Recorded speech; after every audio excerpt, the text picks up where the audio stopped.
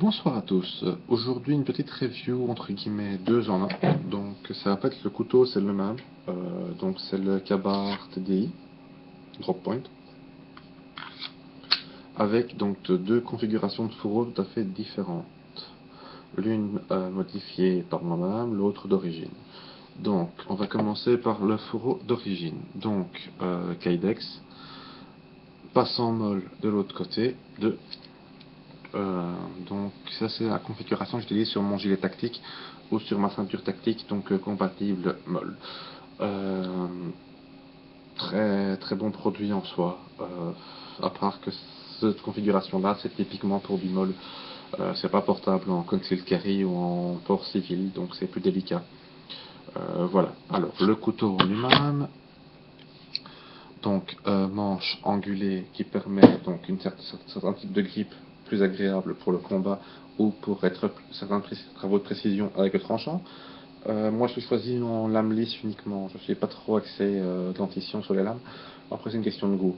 La matière du manche c'est sûrement une matière synthétique, je ne sais pas trop laquelle. Le couteau est full tank. Bon, bonne pointe, bon tranchant, il n'y a aucun souci là-dessus. Qu'est-ce qu'on peut dire au-dessus? Bah, pas grand-chose. Avec ce type d'angle-là, en fait, on a très peu de chances que sa main dérape et ne passe au travers de la lame en tenant. C'est tenable aussi en reverse grip, hein. Dans ce cas-là, c'est bien un usage très proche du karambit pour ceux qui pratiquent les arts martiaux philippino-indonésiens.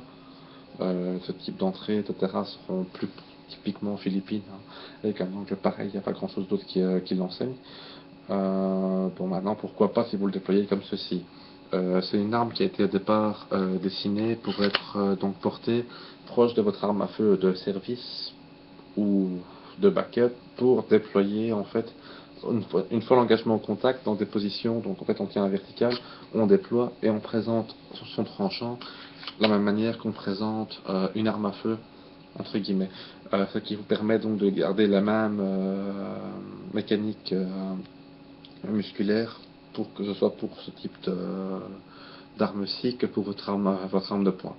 Donc beaucoup d'avantages, très peu d'inconvénients. Après ça, qu'il faut savoir manipuler une lame qui n'est pas droite dans votre main.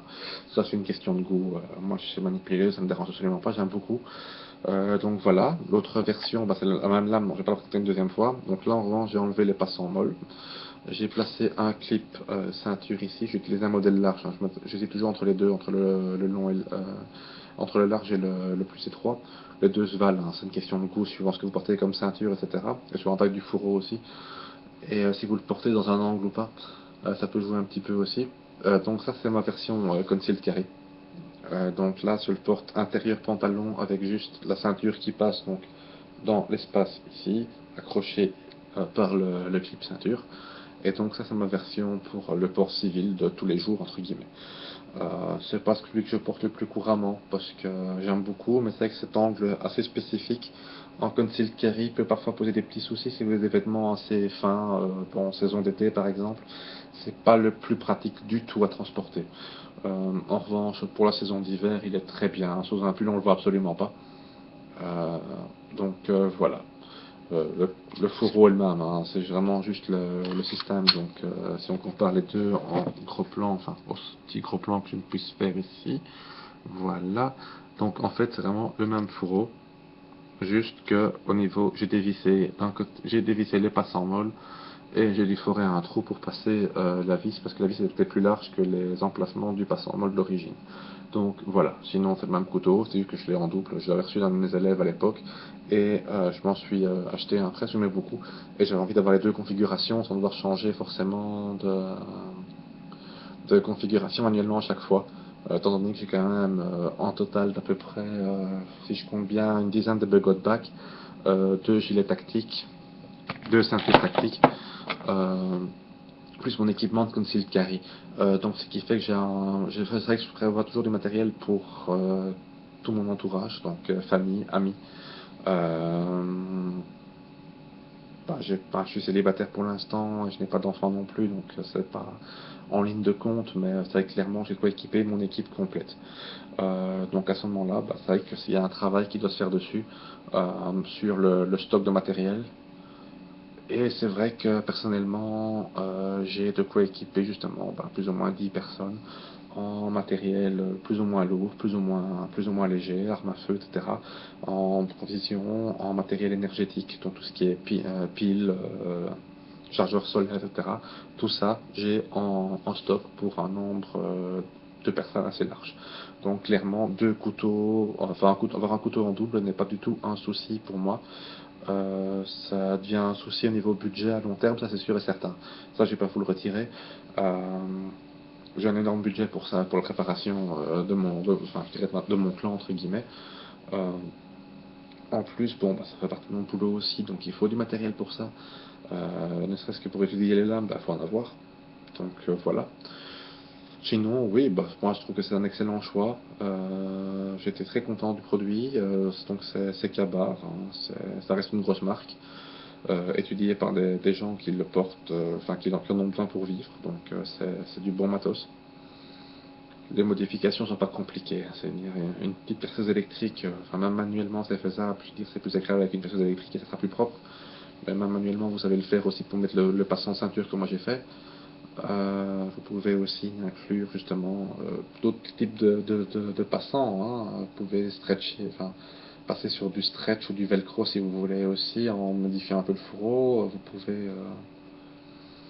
pouvez faire un peu ce que vous voulez avec, hein. Je veux dire, les deux standards, c'est plutôt, enfin le standard, c'est le passant molle.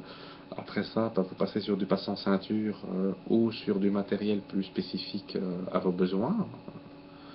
Si vous portez un gilet tactique qui n'a pas de passant molle mais qui a plein de velcro partout, ben, à ce moment-là, vous emballez votre fourreau de velcro et se clipera où vous voulez sur votre gilet. C'est pareil. C'est à vous de voir. Ce qui compte surtout, c'est de savoir déployer votre arme et de la porter comme vous voulez la porter.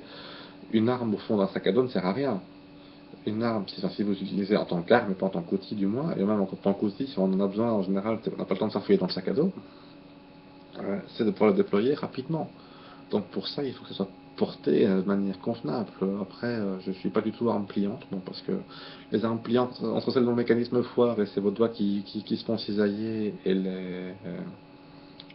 et puis les difficultés de déploiement sous stress, que ce soit pour un accident, enfin, pour un problème quelconque ou pour un combat, dans les deux cas, vous allez avoir un gros souci de déploiement en général au niveau rapidité. Donc, personnellement, j'ai quelques folders que j'aime beaucoup, hein, je dis pas, j'en ai quelques-uns, entre autres ceux de Guru Bram Frank, Modern Armies, parce qu'ils ont un système de déploiement assez spécifique, très sympa. Il y a aussi les systèmes Wave Emerson, mais j'ai pas eu des bons échos. Moi, j'ai pas testé plus que ça personnellement. Et dans les échos, j'ai 50% de gens qui me disent c'est génial et 50% qui me disent c'est de la merde. Donc, je sais pas trop à quel sein me vouer. Et puis, je crois que ça dépend peut-être aussi de la personne. Donc, à étudier et à voir qu'est-ce qui vous convient aussi là-dessus. Moi, c'est vrai que personnellement, je ne jure que par les couteaux fixes ou presque. Je crois que c'est à peu près tout pour ce produit-ci. Moi, je le recommande chaudement. À condition que vous sachiez utiliser un couteau qui est angulé. Parce que c'est vraiment pas un couteau droit du tout. Donc c'est vrai que c'est pas forcément agréable si on ne sait pas quoi faire avec. Donc voilà, bah, une bonne soirée et à très bientôt.